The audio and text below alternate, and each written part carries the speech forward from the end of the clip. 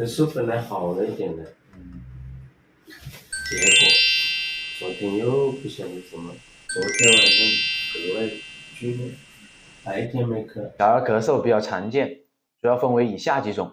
第一种是外感引起来的咳嗽，这种咳嗽一般是发病比较迅速，咳嗽时间比较短。它主要分为2个阵型，一个是风寒引起的咳嗽，第二个是风热引起的咳嗽。风寒咳嗽的话，一般有点清鼻涕，晚上咳为主，咳的痰是偏白稀的。这种情况，我们可以吃点风寒感冒颗粒或者抗病毒口服液。第二种是风热感冒咳嗽，风热感冒咳嗽一般流黄鼻涕，咳的痰是黄的，一般以白天咳嗽为主。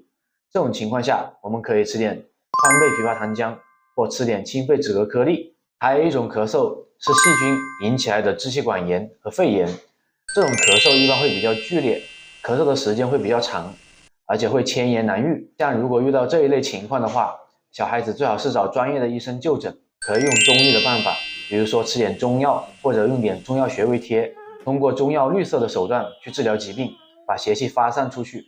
这样子的话，对小孩子身体没什么损伤。